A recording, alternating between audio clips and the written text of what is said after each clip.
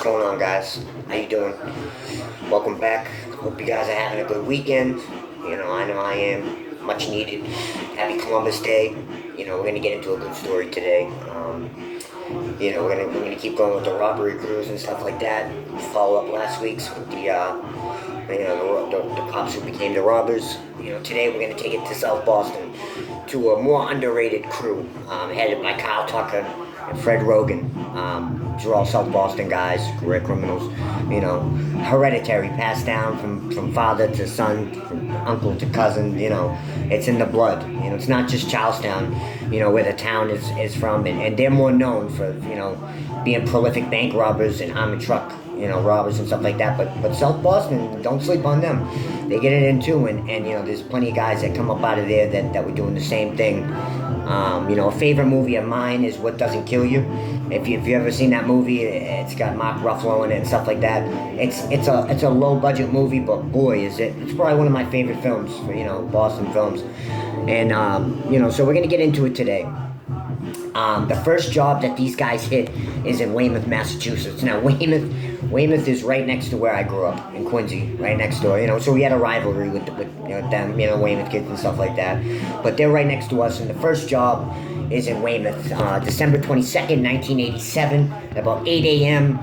Crew of robbers, South Boston crew, they strike in Weymouth. They're perfect, they're precise. They planned this out. They got the schedule down. They've been watching, waiting, and by the time they pounce, these guys don't know what hit them. And they take control of the situation. They're armed. They get the guards to and they tie them up. They put them in the back of the armored truck. They take off with the armored truck. They take it around the corner a little bit to the old where Caldor's was. And way back in the day, like back when I was a kid, that Bradley's and stuff like that. These guys took the truck all the way to the back of Caldor's, a little bit away from the bank that they hit. The bank they hit was the Hill Point Bank in Waymouth, Mass.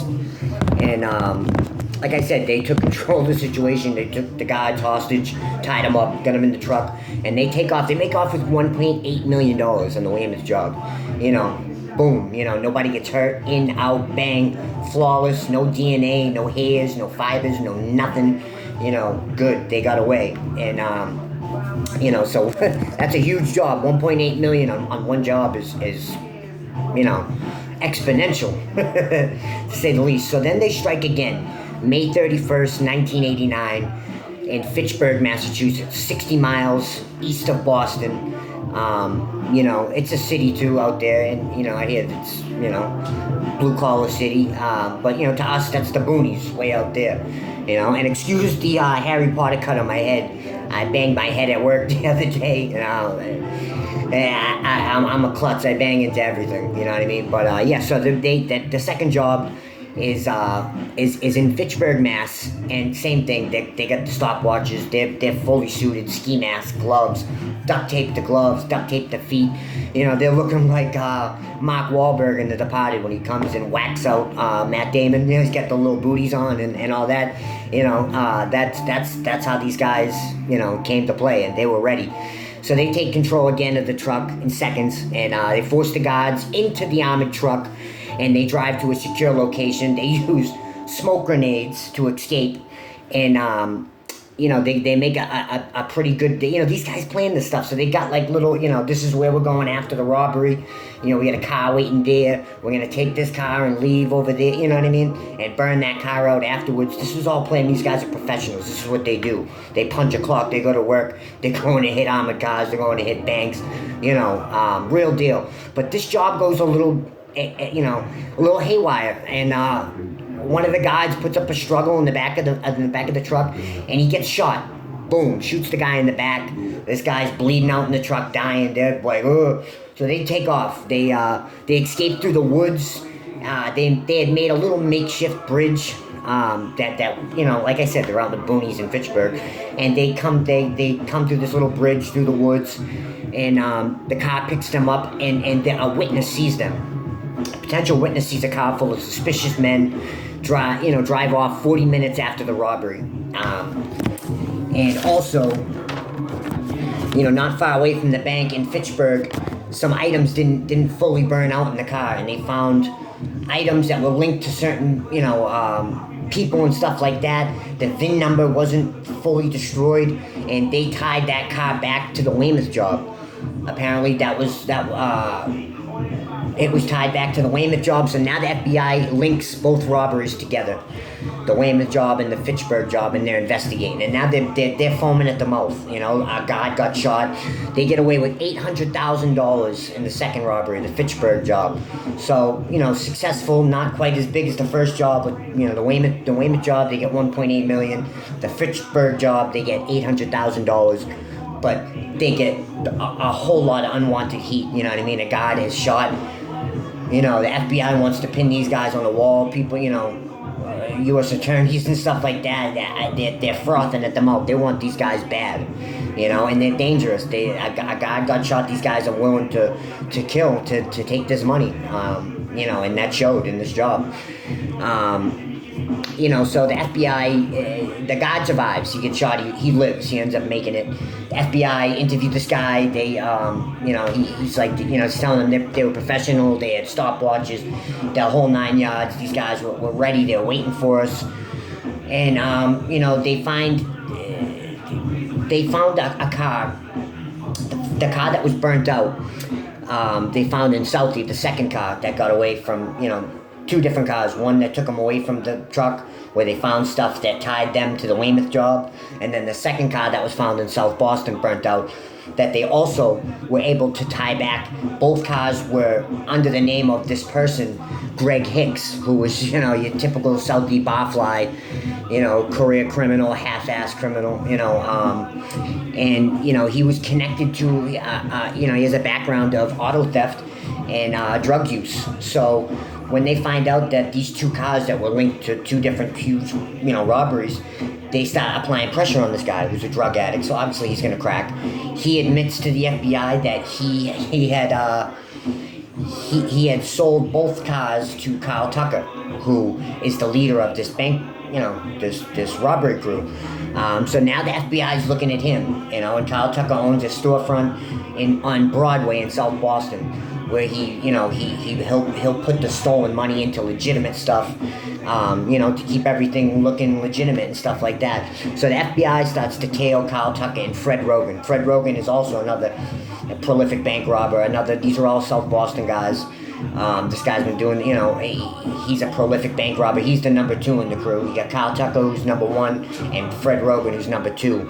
And Kyle Tucker was an associate of Richard Harold, who's another Southie legend, bank robber, on par with some of the most prolific bank robbers there was. So he came up under him, another South Boston legend, and, they were suspected of pulling off a big job in Braintree, Massachusetts. Braintree, again, is right next to Quincy. You got Quincy, Braintree, Weymouth. It's right there, right outside of Boston, right next to Quincy. That was a big job. They also saw Kyle Tucker and co. surveilling a bank in Quincy, Massachusetts, 2 years and 2 months after the first job that they had committed, the Waymouth job. And the FBI is doing the math. They're like, they got $1.8 million off the first job, $800,000 off the second job. Like, a guy got shot. These guys, we got to get these guys. And so they start getting, they already got the names. They already got Kyle Tucker's name. They already got Fred Rogan's name.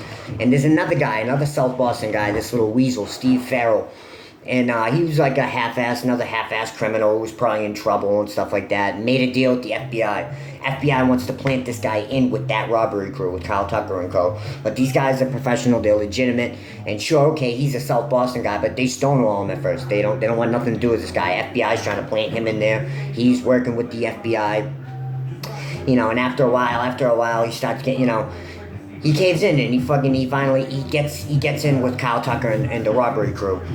And, he makes up a story and blah, blah, blah, and says that he has, inside information where you can get a guard to leave a bag out, and they can, make off, and we don't even have to really, do the whole kidnap the guards and all that stuff.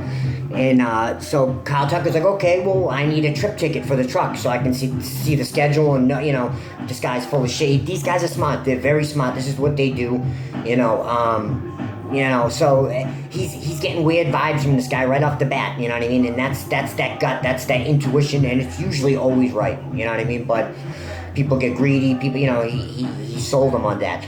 You know, and also in the crew. You know, so the FBI sets a trap to get the trip ticket and all this stuff. And, you know, Tucker and crew, there's also Jimmy Murphy, another violent South Boston bank robber. Michael Haddish, who was the nutball of the crew. This guy was, you know, the guy who would do the dirty work and, you know, kill you in a second, stone cold killer, violent guy.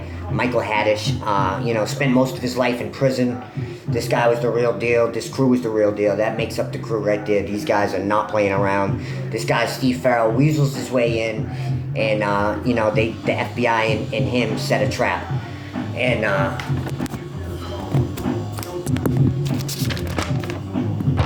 you know, so the FBI sets up the place. They get the trip ticket. They're setting up this, you know, so they can pounce on them. It's a setup. The guards are going to be in on it. The FBI coordinates all this stuff. So the FBI gives the armored guard, company guards, a heads up. And over the next few months, agents observe them. They shadow armored trucks on, you know, and en route in June 1990 in Methuen, Mass. They set up a dry run. They look like they're gonna rob this truck in Methuen, Mass. And you know, instead of jumping into action, FBI almost blew the whole thing. So they're smart. They're doing like these little dry runs to see if it is a setup, because they got a weird feeling about it. So they keep doing these little things, and Methuen, it's a dry run. They don't go through with it. Then, you know, they were spooked. Something's weird. You know, the Steve Farrell guy's probably like sweating like you know. These guys are killers. They'll kill him in a second if they find out, you know, he's working with the FBI and it's a trap. So then they set up again for Abington, Massachusetts. It's supposed to be this bank going out of business, so they get a lot of cash on hand, you know, $2 million, and they're supposed to be closing by January 9th in 91. So as they surveilled the robbery crew surveilling the place in Abington, you know, they act like they're going for a dry run, but they're actually expected to really rob the place this time. The FBI has that feeling like, oh, they're going to do a trick move like they've been doing. Keep doing dry runs to see if the FBI closes in, you know. So now they're saying, oh, we're going to do a dry run, but they actually, they go for it. And as they move in for the Abington job, they go to actually do the robbery, but, you know, the FBI is there. It's you know, they were ready for them, so they pounce on them, and, you know, that's how they get arrested. It's Kyle Tucker and two Irish nationals, Michael McNaught and Stephen Fitzpatrick, Fred Rogan. They were all apprehended outside the bank. They had assault rifles, smoke grenades, ski masks, the whole 9 yards. You know, and that guy is just a weasel, the Steve Farrell guy. He, you know, to do that, it's crazy. You know, to get out of some trouble, what these people will do. You know, I'm not saying that what they were doing was right. They were committing serious crimes. A guy got shot. I don't condone any of that stuff. You know, crime doesn't pay, and everybody gets caught in the end. But, you know, you feel a certain way. You know what I mean? Like, you know, that's some dirty stuff. You know, people wear wires and people go, you know what I mean? Like, it's not my style. You know what I mean? I'm not a gangster by any means. You know, I do this for fun. This is a hobby of mine. But anyways, back to the story. So they're all convicted. Michael Haddish gets 19 years. Kyle Tucker gets 19 years. James Murphy fights it, goes to trial, and he gets 65 years. Yeah, you know, everyone else got...